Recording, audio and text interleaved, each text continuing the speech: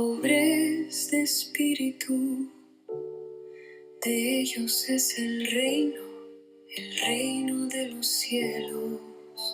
Bienaventurados los mansos y humildes, porque heredarán, sí, heredarán la tierra.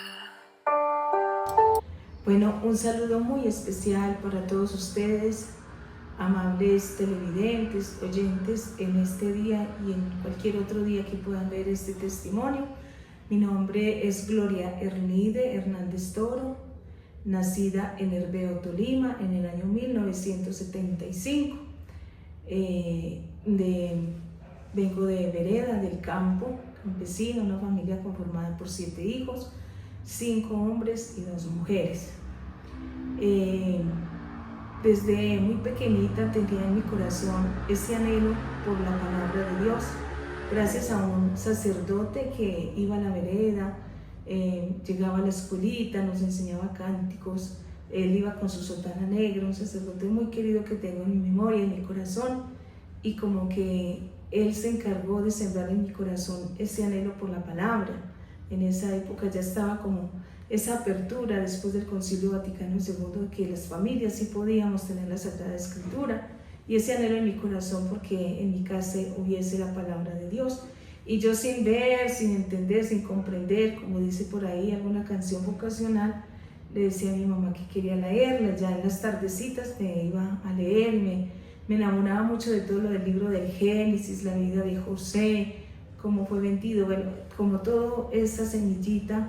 Lo quiero destacar para que también muchas familias que quizás ven este video sepan que es necesario, es urgente la transmisión de la fe desde los más pequeñitos, desde el vientre de la madre.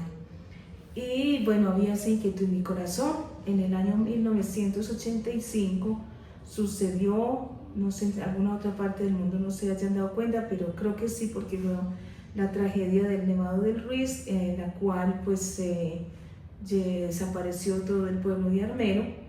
Del volcán Nevado del Ruiz nacen 5 ríos, entre ellos por mi pueblo pasa el río Gualí, que también llevaba la avalancha. También está el río Azufrado, el río Lagunilla, que fue el que se hizo pues más la tragedia y represamiento, y el río Chinchiná y el río Recio.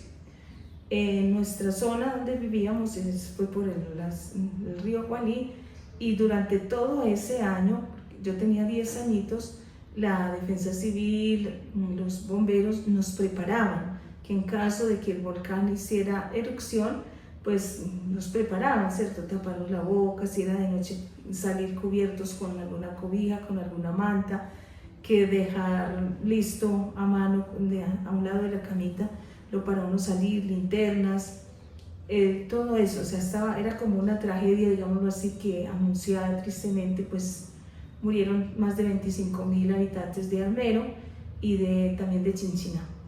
¿Por qué digo esto? Porque también nosotros, pues gracias a Dios no nos pasó nada, claro que sí, los techos de las casas, el agua muy contaminada, pues algo especial cuando eso estaba el presidente Belisario Betancourt, si no estoy mal, y uno de niño cuando llegaban helicópteros era feliz, y yo llevé varios días sin bañarme la cara porque el presidente me tocó la carita.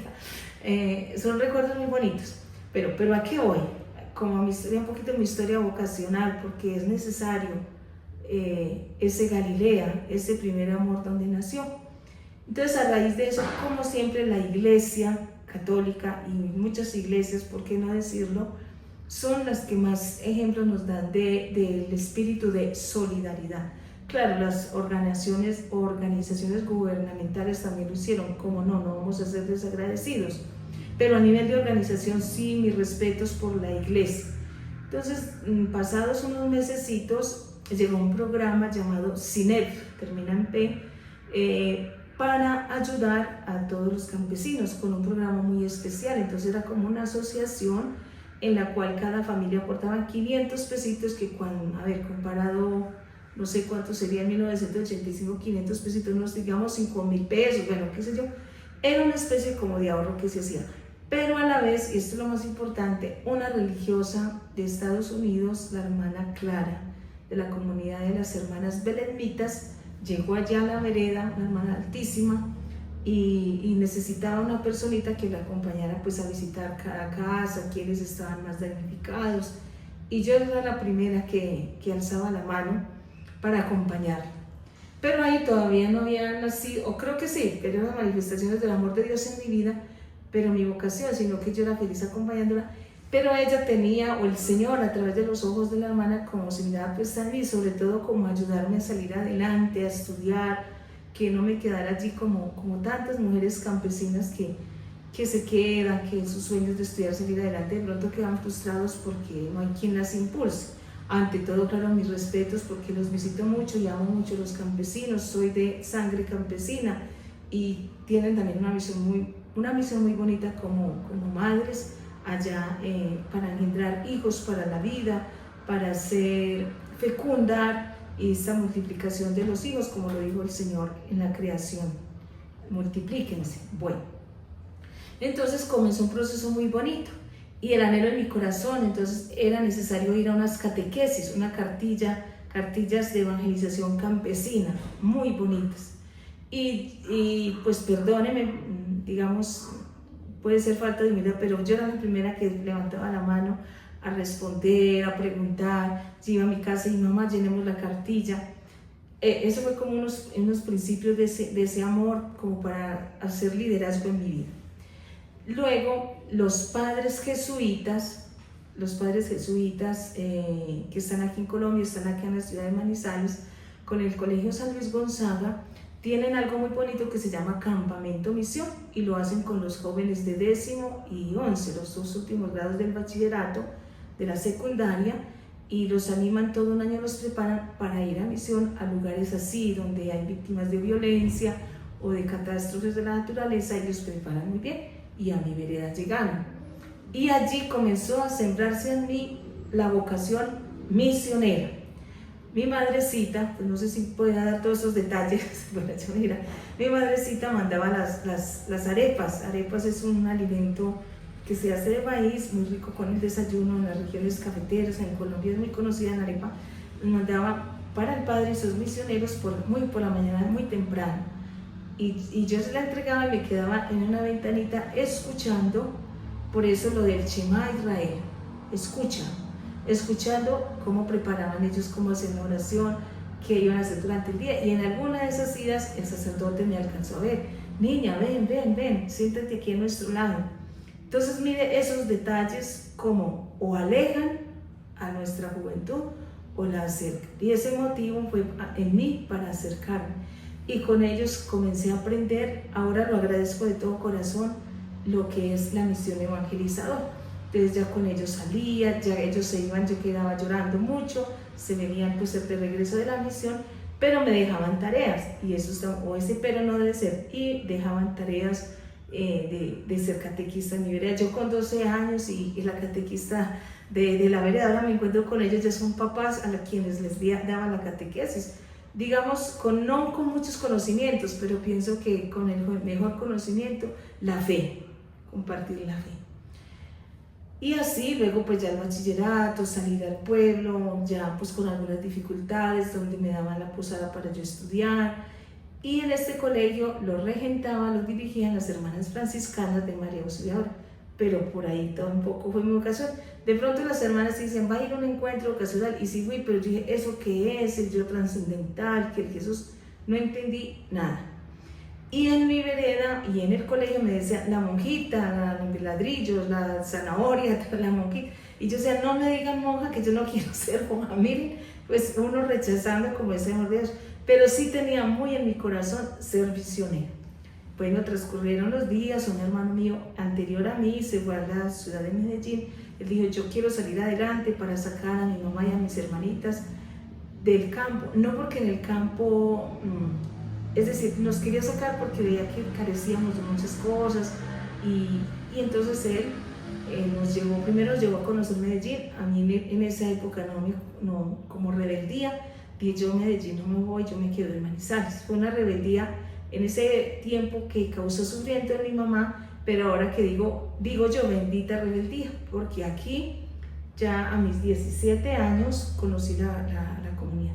Pero me adelanté un poquito, porque me devuelvo para una cosa muy importante. Con la parroquia en la diócesis de Líbano Honda, ya en el Tolima, hay liderazgo, con los líderes campesinos también es nueva evangelización, e íbamos a encuentros, a retiros, a encuentros, y todo eso me fue formando, y cuando ya vine acá a Manizales, a vivir en un barrio, me gusta mucho el baloncesto, entonces me hice amiguita de una vecina, íbamos a jugar, pero esa inquietud, yo no había ido a la Eucaristía, le pregunté a ella que sí.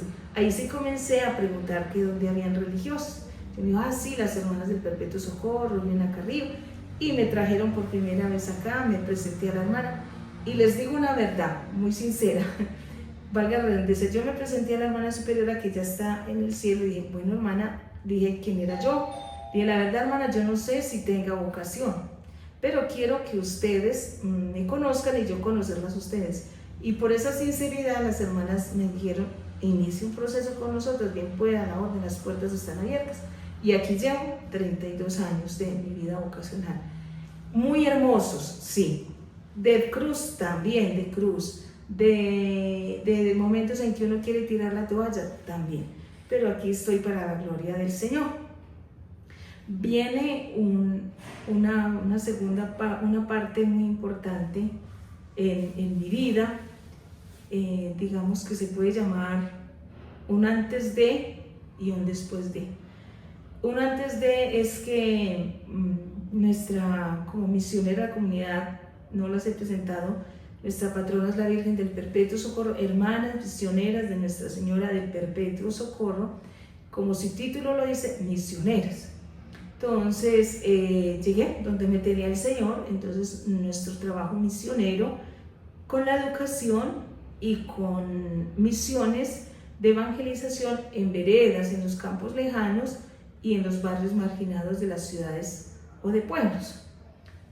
Y estamos, la comunidad tiene una obra misionera muy linda, es unas misiones itinerantes en Colombia, en cualquier parte que nos llaman, y del mundo. Lo sueño también, donde ustedes estén y quieran invitarnos a la orden, que somos, hay poquitas, pero ese poquito como Jesús en el Evangelio, el granito de mostaza, la levadura en la masa, la sal, la luz, es lo que es. Luego el Señor con su gracia lo hace germinar. Entonces en el año 2023 estamos en la misión también abriendo una obra misionera en Nariño. Nariño es un departamento de Colombia, al sur de Colombia, casi frontera con en frontera con el Ecuador. Tenemos una obra con la diócesis de Ipiales, en un sector muy lindo, la gente muy linda, campesinos, golpeado pues un poco por la violencia, abandonado a nivel también religioso, debo de ser también muy sincera, hasta donde se puede llegar, pero en el cual pues la región a nivel civil no puede llegar la Policía Nacional, sino que allá tienen un grupo pues alzados en armas, no lícitamente, pero está la gente, y allí es donde el Señor, están los campesinos que trabajan la coca, que trabajan sus cosechas y de eso viven. Y la obra misionera es allá donde hay que enseñarles, como dice una oración muy bella de nuestra consagración, cada 27 de junio la elevamos a la Virgen del Perpetuo Socorro, donde decimos que hay que ir a laderas, páramos, por pantanos, por desiertos, por donde esté llevando, al menos enseñándoles a orar el Ave María, la oración más grande que nos hace hermanos, el Padre Nuestro. Eso hacemos, pero más que enseñarles, compartir la fe, respetando su cultura. En ese 2023, eso lo venimos haciendo desde el 2018, y en el 2023, alrededor del mes de agosto, septiembre, octubre y noviembre, esta región que pertenece a Samaniego, Nariño, vivieron casi 8 meses, pero nosotros estuvimos acompañándolos 3 meses y medio, un desplazamiento. Desplazamiento es que llegan y les dicen tienen media hora para que salgan de sus casas, escasamente con la ropa que tienen puesta, sin poder sacar sus animalitos, sus cuyes, sus gallinas, así, salir hacia el pueblo más cercano, como a 3 horas. Entonces salieron de desplazamientos y por lo tanto en esas fechas nosotras también, digámoslo así, fuimos desplazadas con ellos, porque ellos nos sienten de ellos y nosotros sentimos a nuestros campesinos como nuestros. Y vivimos ese desplazamiento, fue fuerte, pero una experiencia muy linda de acompañar, de vivir en un coliseo, un lugar que es para jugar fútbol y todo esto, y se utilizó para ellos vivir. Colchonetas, muchos niños, y cada día iniciaron 280 familias, luego 500, hasta llegar a 3000 familias desplazadas. El Señor nos dio la gracia de acompañarlos. ¿A qué cuento esto? Porque por gracias de Dios, en medio de tanta violencia, no nos ocurrió nada. Y aquí es donde viene lo que ocurrió donde menos pensamos. El día 9 de diciembre ya hemos regresado a la comunidad. Las hermanas, mis compañeras, siempre en diciembre, como muchos de ustedes, en Navidad pues hacen un encuentro especial. Nosotros lo hacemos unos días antes de salir a las novenas de Navidad a misión, y lo hicimos el 9 de diciembre y todas quedaron de acuerdo en hacerlo en la finca donde mi familia, donde mi cuñado, mi hermanita y mi mamá, cerca de Cabanizales, allá en Herbeo, Tolima, en una vereda. Fuimos en este 9 de diciembre, pasamos muy bueno, hicimos las posadas de Navidad, la oración, que el sancocho, que la tilla, juegos, todo muy bonito, con los laicos de la comunidad, que también tenemos la rama de los laicos. Y hacia las 5:30, 6 de la tarde, la mayoría regresó a Manizales y nosotros nos quedamos 3 hermanas religiosas y 4 misioneras laicas en la casa. Nos dieron el permiso para pues compartir un poquito más con mi mamá, porque el 14 de diciembre teníamos planeado regresar a Llanarí. Les cuento lo que tengo en mi memoria. Entonces, sí, se vinieron a Manizales, subimos hasta el pueblo a despacharlos ya en una buseta, ya luego regresamos con mi cuñado en su camioneta, oramos el Santo Rosario, mi cuñado se acostó, las otras compañeritas se quedaron un ratico jugando allí en la finca, un ratico, y entonces yo ya pues como preocupada que mi cuñado estaba cansado, les dije que poquito y que nos acostáramos temprano. Y así fue, yo me acosté como tipo 9 de la noche y ellas se acostaron como a 11, 11:30 de la noche, y cuando yo estaba todo en silencio, unos perritos, es lo que tengo en memoria, los perritos domésticos de la finca comenzaron a latir mucho, a latir, y yo era asustada, me daban deseos de ir al baño, y esos nervios que me dan, bueno, al fin salí al baño, salí a decirle, bueno, dejen dormir, a chistear los perritos, y regresé a acostarme, y no le puse, en las fincas hay una barra de hierro que se coloca en las puertas, pues como seguridad, pero yo no le coloqué esa barra pensando que la otra hermana religiosa no le habíamos dicho que se necesitaba ir al baño como era, entonces yo la dejé abierta. Me acosté y hasta ahí llega mi memoria. ¿Qué sucedió? Que ella, lo que me cuentan las personas que vivieron, hubo un atentado, llegaron unas personas, unos hijos amados de Dios. Sé que el Señor también los ama, solo que Él nos creó también con libertad, nos creó a su imagen y semejanza, y el libre albedrío por nosotros no saber tomar decisiones. Estas personas, 4 atracadores y una mujer, pues llegaron y hicieron este atentado tan fuerte en el cual un solo tiro asesinó a mi cuñado, el esposo de mi hermana, y me afectó a mí en mi cabeza, con un arma hechiza, un arma muy potente que la llaman changón, en la cual pues yo primero fue la que caí, dice la hermana que me ayudó como a salvar la vida, luego mi cuñado, que él sí inmediatamente cayó muerto, y pues yo al parecer como que también, que es donde viene este testimonio tan especial, él ya pues llamar a policía, llamar a ambulancia, mientras bajaban, digo bajar porque el pueblo es una parte alta y la vereda muy cerca como al río Gualí. Todo ese proceso, ya la persona, la jefe o la enfermera que bajó, pues el desespero de mi hermanita para que también llevara a mi cuñado, pero ya la enfermera o la doctora, no sé, la persona que bajó, los paramédicos, vieron que mi cuñado ya no había vida, que había algo por hacer por mí, que estaba grave. Entonces nada, llevaron los primeros auxilios a mi pueblo, Río Tolima. Inmediatamente me intubaron y en el trayecto 2 veces me hicieron reanimación hasta que llegué pues al hospital, a la clínica San Marcel, ya 10 de diciembre, eso ocurrió 10 de diciembre, 12 y 5, 12 y 10 de la noche, y a la clínica San Marcel llegué a las 4:50 AM según la historia clínica. Esto que les cuento es porque lo leí en la historia clínica, porque mis hermanas me lo contaron, porque un evento así, el Señor nos creó tan maravillosamente, te alabo Señor por ello, que no dio tiempo a hacer conciencia de lo sucedido.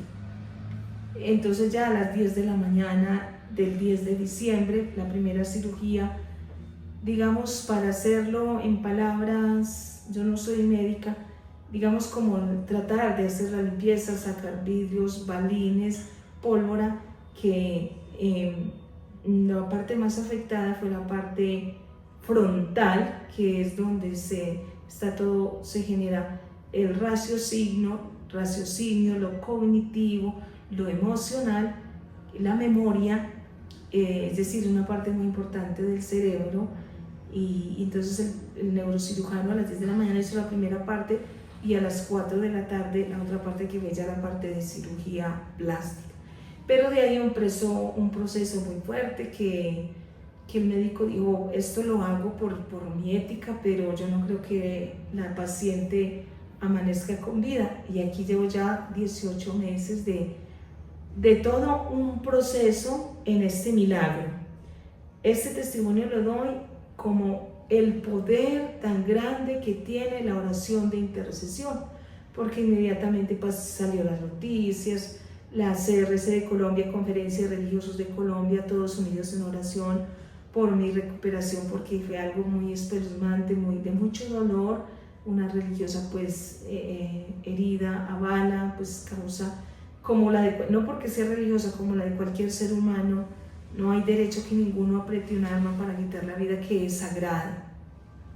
Entonces, ese poder tan grande de la oración, muchas personas, entre ellos ustedes que me están viendo, muchos seguidores no es la palabra, miembros de la casita de oración de Don Jorge, de Vertica, estas comunidades de oración, comunidades religiosas que me han mandado sus mensajes después de que ya en mi proceso de sanación, pues he conocido muchos que ni conocía.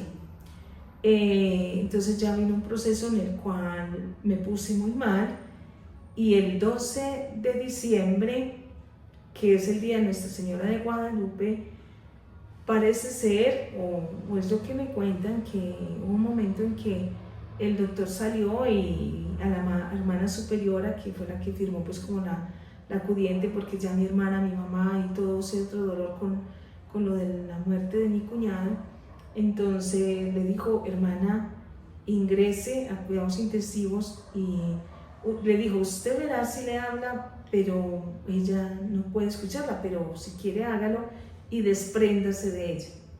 Y ahí no sé cómo fue, llegó la noticia también a Estados Unidos de unos amigos muy queridos, cercanos, que viven allá, y Vertica le dijo a la hermana que cuando ingresara me mandó o me hizo llegar que por medio de un santo rosario que les avisara mientras ellos estaban allá en oración.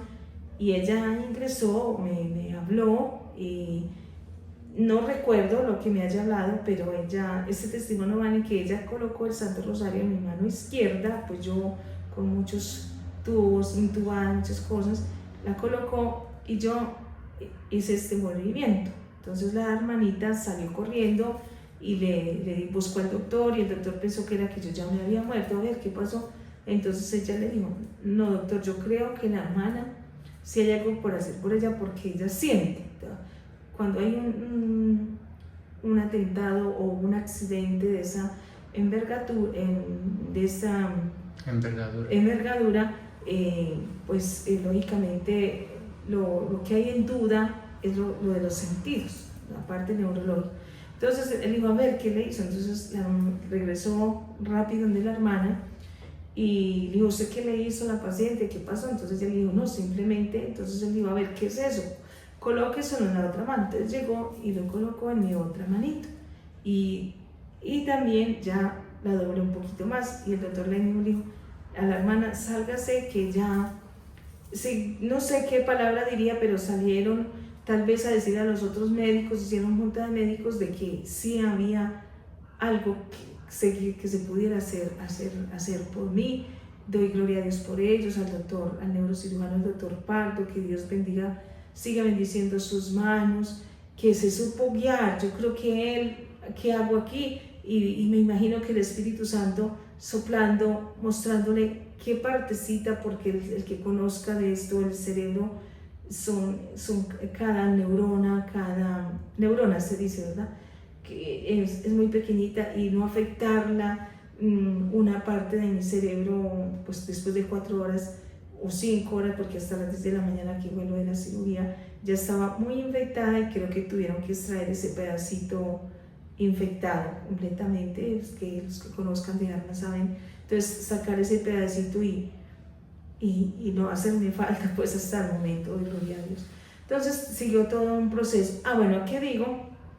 Porque en el mismo instante, parece que era el mismo instante o a la misma hora, en el mismo día, mis amigos allá en su casita de oración estaban orándole a la Virgencita de Guadalupe. Como ya les dije anteriormente, el 12 de diciembre es el día de Nuestra Señora de Guadalupe, y ellos tendieron esta mantica sobre una camita o allá en el altar, imaginando, visualizando la oración a distancia que el Señor Jesús también la hizo, y muchos santos orando por mí. Ellos como que se imaginaban colocando este mantico sobre mi cabecita, y pues aquí me luego, por gracia de Dios, en el mes de noviembre o tal vez octubre, y me lo dejaron como obsequio para seguir evangelizando y llevando sanación, no por la telita en sí, sino por la fe de las personas y por la grande intercesión que tiene nuestra Madre, la Virgen María.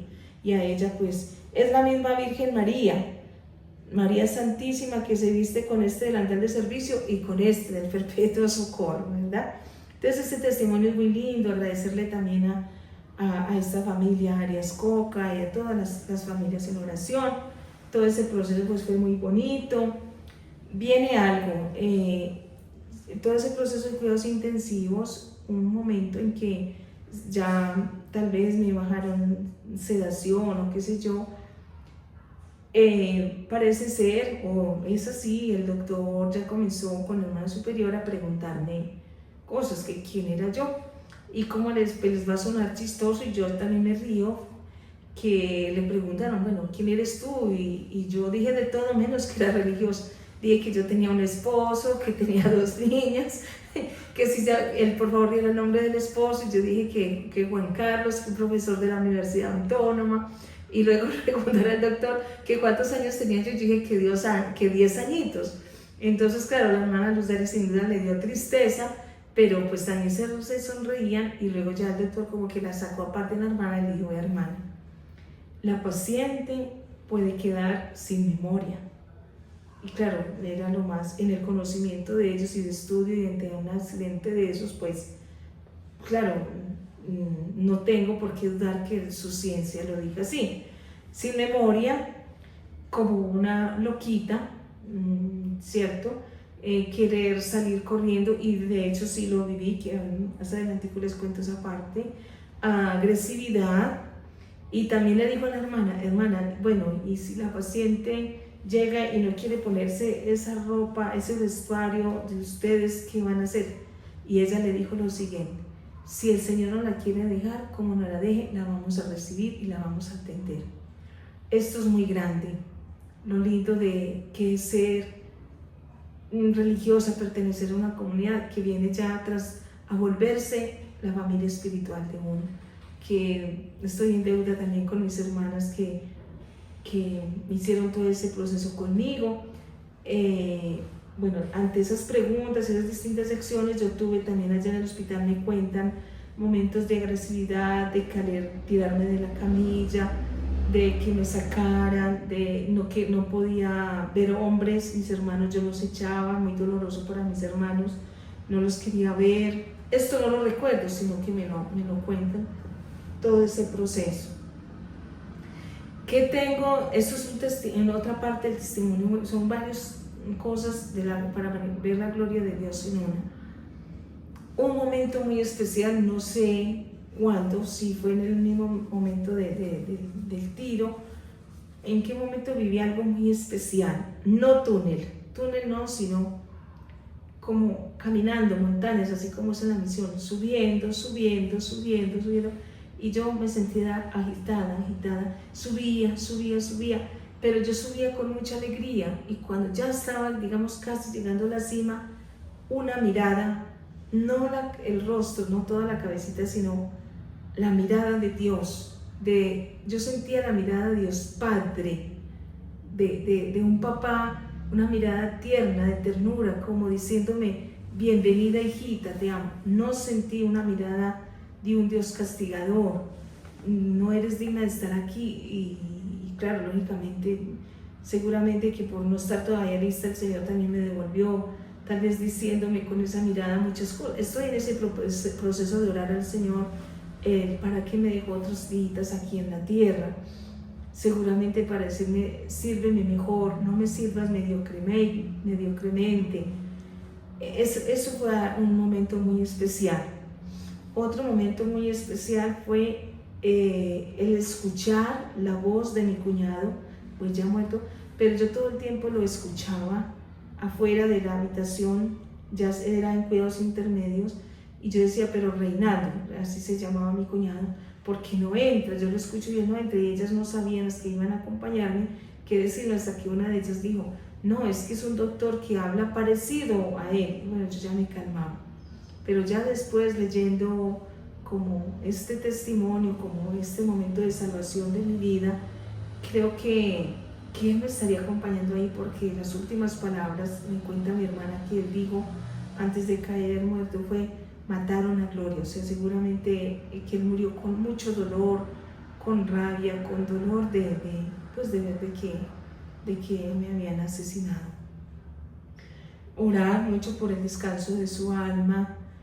Fue como un hijo con mi madre. Mi señora madre vio toda esta escena, y de verdad que es de decirle al Señor, a la Santísima Virgen María, mi mamá guardando todo en su corazón con tanto dolor, ha sido un testimonio para mi hermana, para mí, en silencio, seguramente ella llora mucho, llora consolándose en el corazón inmaculado de María, en el Sagrado Corazón de Jesús, porque pocas veces yo creo que ella se resiste a llorar delante de nosotras, sobre todo delante de mi hermana, para darle pues fuerza, ¿verdad?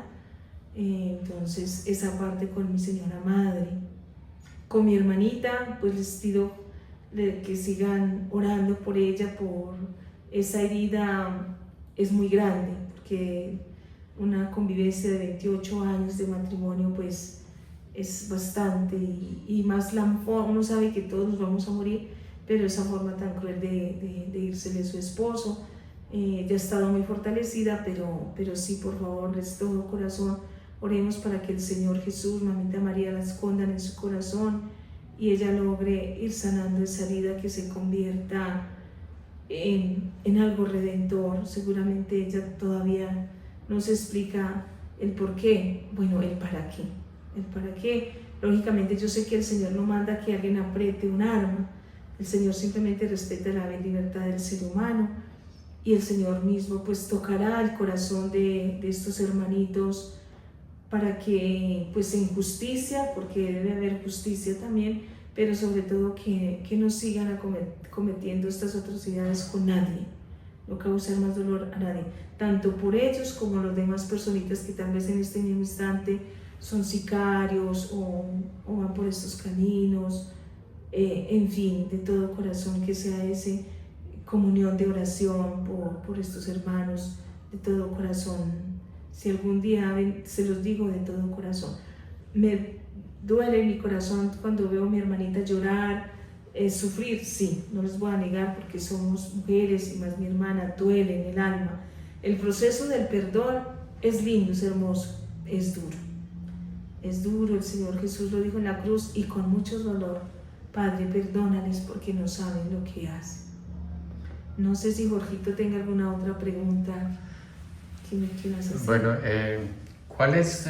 Esa fue la primera parte de su vida, pero ¿cómo viviría o cómo describiría usted esta segunda parte después? ¿Cuál es qué es lo que usted piensa ahora y cuál es su misión de ahora en adelante? Ya, claro que sí. Esta segunda parte de mi vida, el volver a nacer prácticamente, me ha enseñado tantas cosas, valorar a mi familia, valorar la comunidad, valorar todos los hermanos de fe, de este camino de fe de Iglesia Católica, pero también a mis hermanitos, a los hermanos, como dice Jesús en el Evangelio, que todos sean uno, de tan buena voluntad, aquellos que están en otra denominación religiosa, no sé qué, cualquier nombre que tengan, pero me he encontrado con algunos de ellos y me han dicho, oré por usted.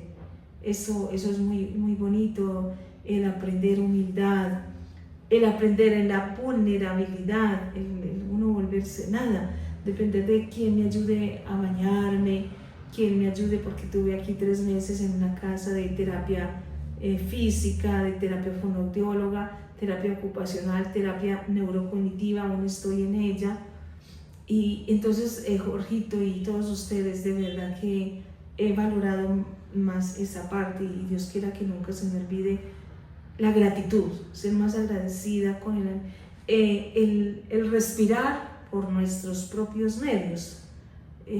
Eso es el médico, el fisiatra, sí, me decía, vamos a aprender a respirar. Y yo decía, ¿cómo se que aprender a respirar? Porque uno a veces en la vida, no, por andar en tantas cosas, no toma conciencia lo grande que es el poder respirar, que uno lo hace como tan mecánicamente, pero ay Dios, lo que es la respiración en uno hasta llegar al cerebro, ayudar a que la sangre bombee, es todo un proceso, todo un trabajo, que con esto, pues uno lo estudió en biología, pero como que lo estudio porque lo estudio, pero cuando uno lo vive, caramba, el saborear el alimento. Esos primeros meses a mí la comida no me sabía nada, y una hermanita, literal les digo, una hermanita, la hermana Margarita, a quien le debo tanto, me cuchareaba esas cremitas de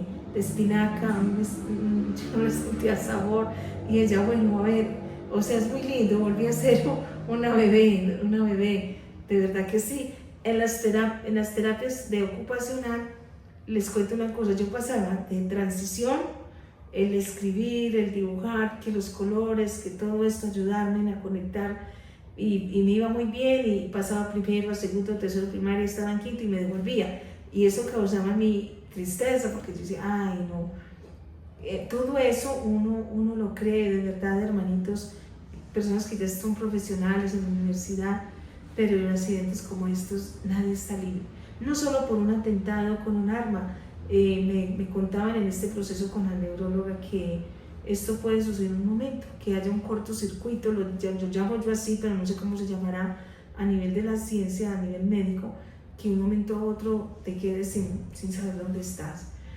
¿Qué más valoro, Jorgito? La fe, la parte de la fe, el tesoro más grande, la Sagrada Eucaristía en las manos sacerdotales. Porque una parte que no les dije, 2 sacerdotes, seguramente muchos, pero que me conocían, y el capellán de la clínica me contó después, la primera vez que ya me vio salir, que fui a la Eucaristía, dijo, hermana, yo cuando me dijo el doctor que usted ya se iba, yo le clamé al Señor, Señor, no te la lleves, que es una servidora tuya y todavía tiene mucho por hacer en este mundo. Y ¿con qué fue usted el que le dijo al Señor que me volviera a traer?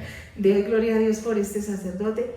Y la primera persona que tengo en mi recuerdo allá en cuidados intensivos, o no sé en qué sitio del hospital, en qué etapa de todo este proceso estaba, pero lo que yo recuerdo después como desperté, un sacerdote amigo. Fue lo primero que vi, pues muy inflamada, mi cabeza, todo medio alcancé a mirar y me dijo, Glorita, no me dijo hermano, no, Glorita, ¿sabes quién soy yo? Y sí, el padre Pedro Pablo, mi padre amigo, que me debe un gran abrazo. Y es que otra vez quedé dormida, pero valorar más el sacramento del sacerdocio, las manos sacerdotales. ¿Qué otra cosa he aprendido? Ya les hablé de la respiración, el caminar, el disfrutar la creación, una flor, el sol, la lluvia. Uno a veces maldice, qué calor, y atora constantemente, y la palabra bendición es bien decir, y maldición es maldecir. O sea, de verdad que yo también lo he hecho y pido perdón al Señor de ustedes. No aceptar el clima tan bendito que Dios nos da ahora, que lo hemos dañado la misma humanidad tristemente, ¿no? Tristemente, pero la creación es hermosa, he aprendido mucho a contemplarla y a maravillarme de los hermanos y el deber de evangelizar con más ahínco. Hermano, una pregunta. Hoy escuchamos la lectura de San Pablo en este día tan especial, en la despedida de Pablo. ¿Usted siente temor en haber vivido todo esto? ¿Se ha arrepentido por esta situación o al contrario ha tenido más valor como nos lo muestra Pablo en su carta de despedida? De verdad es una pregunta necesaria y te la agradezco, Jorgito. Yo también me la aprendí a pensar en la homilía, como decía el Padre, y es cierto. A ver, no, mira, la verdad, esta fortaleza no es mía, no, jamás, es por pura gracia del Señor. Sí, el Señor me ha dado más valentía, de que si toca que dar la vida, sí, Jorgito, y más a causa del Rey de Dios, estoy dispuesta a llevar el Evangelio. No veo la hora que las hermanitas, la superiora, el consejo me digan, ya puede volver otra vez a Sonaría o a cualquier lugar donde se pueda hablar del Señor, que el Señor nos ama, que no importa cómo estemos, en el barro más bajo, en el fango, en la miseria más grande, el Señor nos ama. Es urgente la evangelización, no lo digo yo, lo dice Jesús, lo dice el Concilio Vaticano II, lo dijo el Papa Francisco, lo sigue diciendo la amada Iglesia. Es urgente volver a Dios, es urgente reconocernos amados por ese Padre bueno que nos espera en su misericordia y en su justicia. Hermanita, una pregunta muy importante. La comunidad del Perpetuo Socorro en este momento solamente tiene 14 hermanitas. ¿Y qué le dirías tú a los jóvenes, a estas jóvenes que a veces no saben qué hacer, y cómo les invitaría usted a que en realidad este llamado a la vida religiosa son frutos, son grandes pasiones que nos conectan con nuestro Señor Jesucristo? ¿Y qué tú les dirías a una joven que de pronto tenga vocación religiosa? Usted podría invitarla a su comunidad. ¿Cómo le abriríamos las puertas para que vamos reemplazando las hermanitas, que la mayoría de ellas pues ya son ancianas, que a mí personalmente me preocupa que la comunidad se tenga que acabar por falta de vocaciones? Entonces quiero que usted le haga un llamado vocacional a estas jóvenes para que se integren, para que vengan aquí a Manizales y se integren en la comunidad religiosa. Sí, amén por esa pregunta, Jorgito. Claro que sí. A toda aquella jovencita, aquella dama, aquella mujer que siente allí en su corazón ese llamado. Miren, la vocación es un misterio. No les dé temor decirle sí al Señor. Tal vez, no sé si como lo dije yo, bueno, no sé si tengo vocación, pero aquí estoy. Esta palabra de Jesús a sus discípulos, vengan y lo verán. Yo creo que estando dentro de la comunidad, experimentando una misión, una convivencia, ahí nos damos cuenta si estamos llamados por el Señor. Y si vemos que no, ese venir al encuentro, ese venir a estar un fin de semana con nosotras, conocernos, nos va iluminando, nos ilumina. Si el llamado está para ser misioneras consagradas, misioneras laicas, o vale la pena para que en su vida familiar reconozcamos ese llamado del Señor. Entonces no, anímate a decir sí. Esa palabra miedo no existe en el camino del Señor. El Señor nos dice el amor vence el temor en su palabra, en Santiago, en una de las cartas de Santiago, de San Juan. no estoy bien segura. Entonces, claro, nos da nervios, sí, me dio susto a mí, sí. Cuando hice mi primera profesión, como a Pablo, con temor y temblor, como el Papa, ahorita el Papa León XIV, le digo, aquí estoy con temor y temblor, me acojo a sus oraciones, soy hermano con ustedes, obispo aquí en Roma, pero somos hermanos todos. Entonces, anímense, alguna inquietud pueden consultarnos ahorita en la parte de abajo de este video, pues estarán los números de contacto, el correo, nos conocen en el Facebook como Hermanas Misioneras del Perpetuo Socorro, una llamadita, hermana, no sé, siento inquietud, quiero conocerlas o quiero vivir un retiro con ustedes, me siento necesitada del amor de Dios o tengo muchas cosas que en mi camino no sé ni para dónde va, o estoy cansado, harto de, he conocido tanto el mundo que no he logrado saciar mi sed. Hay testimonios de religiosas que vivieron en su vida momentos de sombra, pero desde esa sombra también el Señor nos llama. Entonces, anímense, las puertas están abiertas, la comunidad está abierta, se hace un proceso, un aspirantado, hay un acompañamiento donde nos vamos conociendo, donde se conoce la historia de la comunidad, de la madre fundadora, cuál es nuestro carisma, y si ven que se sienten acogidas, con mucho gusto, y qué bueno que se llene y podamos ir así a muchos otros lugares del mundo, que tristemente, Jorgito, hemos tenido que decir algunos lugares. En Cuba se nos está pidiendo para misión, allá tiene las puertas abiertas y pues por ahora hemos dicho no hay personal para ir a la misión, entonces anímense que la misión nos espera.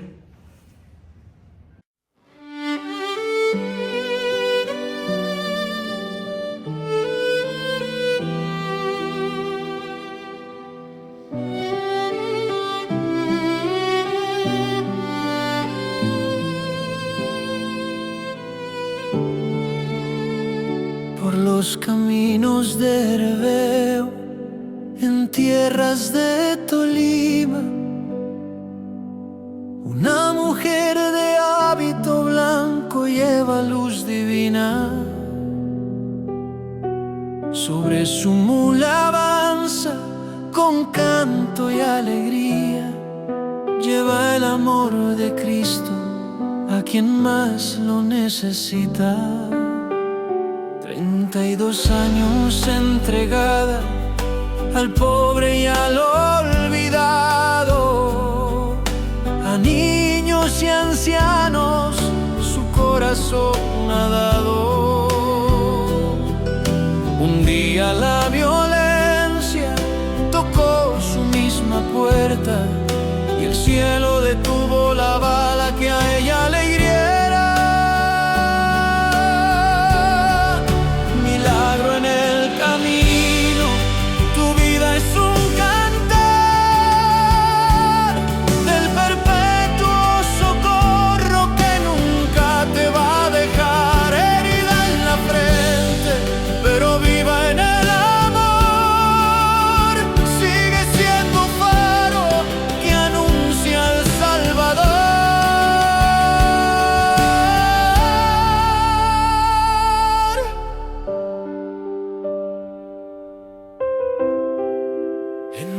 Del Altísimo, tu vida fue guardada, ni el plomo ni el miedo apagaron tu mirada. Regresaste al sendero con tu cruz y tu misión, llevando paz y gracia a cada corazón. Milagro en el camino, tu vida es un cantar del perpetuo socorro que nunca te va a dejar. Herida en la frente, pero viva en el amor, sigue siendo faro que anuncia al Salvador.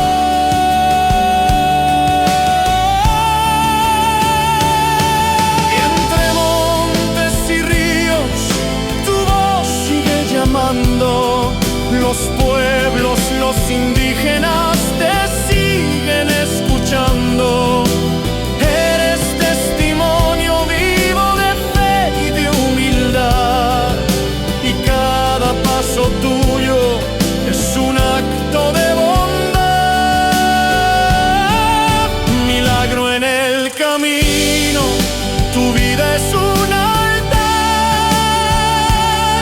de amor y de servicio que nada podrá pagar. Herida en la frente, pero viva en el amor.